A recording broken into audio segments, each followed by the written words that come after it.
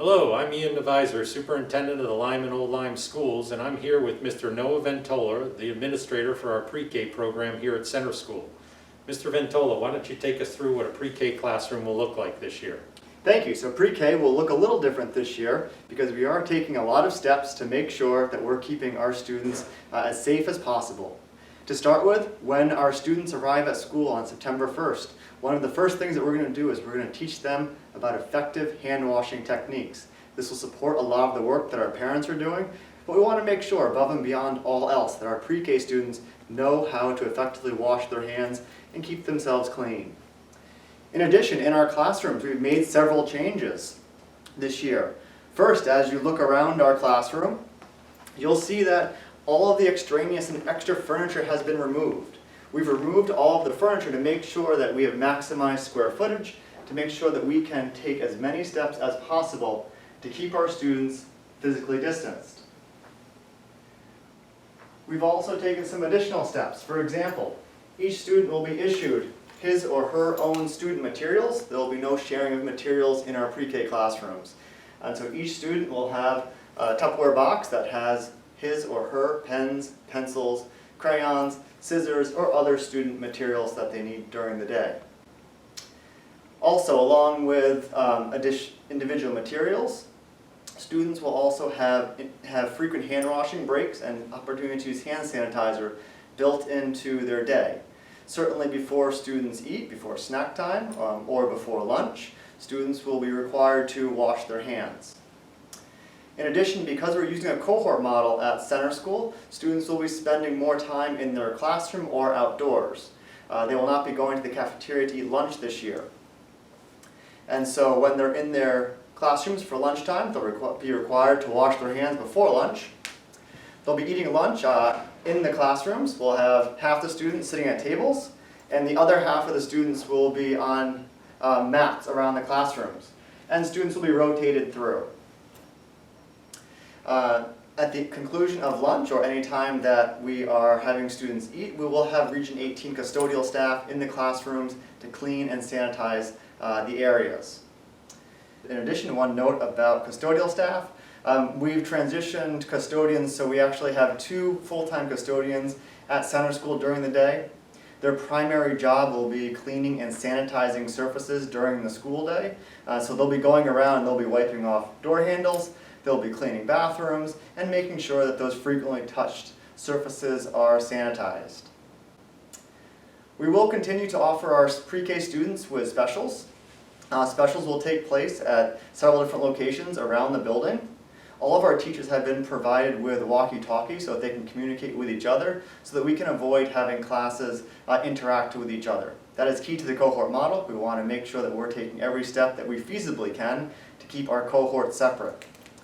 When classes do inadvertently come into contact with each other in the hallway, we have organized the hallways, which you'll see in a second, to make sure that each class has its own side of the hallway so they can pass safely.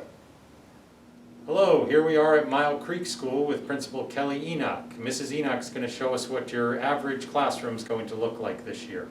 Okay, so this is a 4th grade classroom. This is Kelly Craddock's room, and this is pretty typical of our 2nd grade, 3rd, 4th, and 5th grade classrooms. So we've taken all of the desks and we have put them into rows, and we have maximized the distance between those desks by removing as much extraneous furniture from the classroom as we could. Each child in the entire building will be given a sling bag, and that will be to keep their individual materials in that they may need when they travel through the building or when they go outside for PE. It'll be really convenient. They can put their mask in there during those opportunities during the day when they can remove the mask for a break. But they'll also have their individual supplies so that they're not sharing. This is also the desk shield. We've purchased these for each of our students. These little black portions are actually removable should we want them to be able to see the person right next to them. So it's an additional barrier for the students, and these will be utilized during lunchtime because students will be able to remove their masks while they're eating. So we'll be teaching them how to make sure they stay within that space while they're eating their food. And we were still able in most classrooms to put a few tables for small group instruction if needed. For example, up here, Mrs. Craddock has a small table with 2 stools. If she calls students over together, they would bring their desk shield with them, put those up for that small group instruction as well. Okay, here we are in a first grade classroom. This is Mr. Gregory's classroom, who is our new first grade teacher. In all of the kindergarten classrooms and in 2 of the 3 first grade classrooms, we'll have these exact tables. The configuration will be 3 students at a table, 1 in the middle, 1 on either end, and all 3 will have a desk screen, just like the one that you saw earlier. Also, in the classes K through 3, they all have their own bathrooms in the room. So all of the children will be taught the protocols for utilizing the restroom and washing their hands every day. These classrooms have also identified some spaces for small group instruction, such as this table, and the children are going to be taught to pick up their screens and bring it over when needed. Hello, here we are at Lyme School with Principal Jim Cavalieri. Mr. Cavalieri is going to show us exactly what a classroom is going to look like this year. So what we did over the summer is we removed all the furniture that we didn't need in each of our classrooms. We tried to utilize as much space as possible to keep the kids as separate as possible. As you can see where the desks are located, we're going to have plexiglass shields for each student to have at their workspace. Those are transferable, so they can take them to art if they go to art, or take them to library. And when they do that, each student in the building will receive a bag. It's a sling bag that all their personal belongings for school use only, will be put into the bag, and they'll take this whenever they leave the room, whether they're going to a unified arts class or whether they're going to recess. So they'll have this with them. We got a multicolored arrangement of bags, so there will be no confusion, and they'll all be numbered. We worked really hard at doing our best to space out the room and to provide a great learning environment for our kids. So now we're in the first grade classroom, and a lot of classrooms are set up this way with tables, so I want to give you a look at what it looks like with tables. Just a reminder that each student will have a plexiglass shield, a trifold shield at their workspace with them. All our classrooms at Lyme School have a sink, so the students will be able to wash their hands throughout the day, and we'll have, obviously we have a soap dispenser to go with that. So that's a really good opportunity for our kids to keep their hands clean. Hello, here we are at the middle school with Principal Ambruzzo, and he is going to show us exactly what your average middle school classroom is going to look like this year. Yeah, as you can see, we made some substantial changes. First of all, if you can see around the outside of the room, we've removed all extraneous and extra furniture such as file cabinets and bookshelves, ultimately to utilize the greatest distance between desks. As you can see, for these desks here, there's a significant amount of space between. You'll also notice the orientation of the desks are facing forward. The plan is, again, teachers will have clear masks on, but you can see from this teaching position, I have a physical barrier between myself and the students, as well as space. And we've done, to the greatest extent, we've oriented the classrooms this way. Out into the hallways here at the middle school, we've really tried to maximize our flow in the hallway, all one direction. We have grades 6 and 8 leaving at a certain time, and then 7th grade will be released 3 minutes later.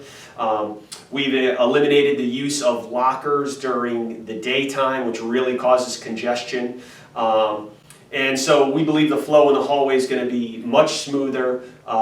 There's signage throughout the building from 6 feet of distance in the hallways to masks required in the front entrance to how long and how appropriately to wash your hands in the bathroom. So outside of the signage, that's certainly something we plan to explicitly teach this year. Here we are in the hallway. A few other things that we've taken care of to, again, help eliminate congestion in the hallway is each of our grades will be entering and exiting the building using their own unique entrance. So here we are in the auditoria, cafeteria, lobby. This is the 6th grade entrance, As you come in, there are signs for mask. We've even thought of, here is a band equipment depot so that students don't have to drop band equipment in the band room. Each grade will have their own drop-off point for band equipment. So as students walk in at the beginning of the day, they will go directly to their homeroom. At the end of the day, 6th graders will exit out this door. 7th and 8th will exit out respective doors as well.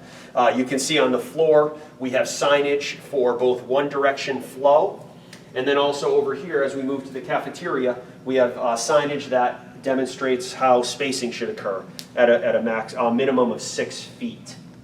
And here we are in the middle school cafeteria.